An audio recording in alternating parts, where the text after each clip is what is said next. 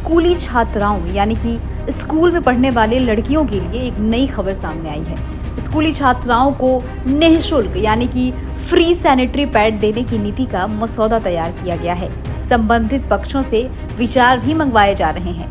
इससे पहले supreme court ने उन राज्यों को चेताया था जिन्होंने छात्राओं के लिए माहवारी स्वच्छता प्रबंधन के लिए राष्ट्रीय मॉडल बनाने की केंद्र की योजना पर अपने जवाब नहीं रखे थे। जवाब न देने पर उन्हें सख्त कानूनी कार्रवाई की चेतावनी भी दी गई थी। केंद्र सरकार ने देश भर में स्कूली छात्राओं को निःशुल्क सैनिटरी नैपकिन वितरण के लिए राष्ट्रीय नीति का मसौदा तैयार कर लिया है। सरकार ने सुप्रीम कोर्ट में एक याचिका की सुनवाई के दौरान यह जानकारी दी। साथ ही बताया कि इसे संबंधित भागीदारों को भेजा गया है, उनकी टिप्पणियां मंगवाई जा रही है। एक याचिका की सुनवाई में सीजेआई जस्टिस डीवाई चंद्रचूड़ एक अध्यक्षता वाली बेंच ने छात्राओं को सैनिटरी नैपकिन मुहैया करवाने के लिए बनी नीति के बारे में केंद्र से सवाल किया था। साथ ही इसके वितरण की प्रक्रिया में एक रूपता लाने के लिए भी कहा था। जस्टिस जेबी पारदीवाला और जस्टिस मनोज मिश्रा की सदस्यता वाली बेंच के समक्ष केंद्र सरकार ने अपना जवाब रखा है। इससे पहले सुप्रीम कोर्ट ने उन राज्यों को चेतावनी भी दी थी जिन्होंने छात्राओं के लिए महामारी स्वच्छता प्रबंधन के लिए राष्ट्रीय मॉडल बनाने की केंद्र की योजना पर अपने जवाब नहीं रखे थे। जवाब न देने पर उन्हें सख्त कानूनी कार्रवाई की चेतावनी भी दी गई थी।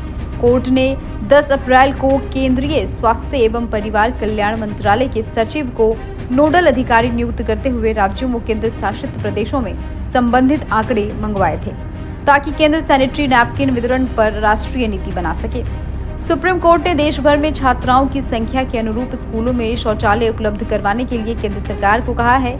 इसके लिए उसे एक राष्ट्रीय मॉडल बनाने को कहा गया है।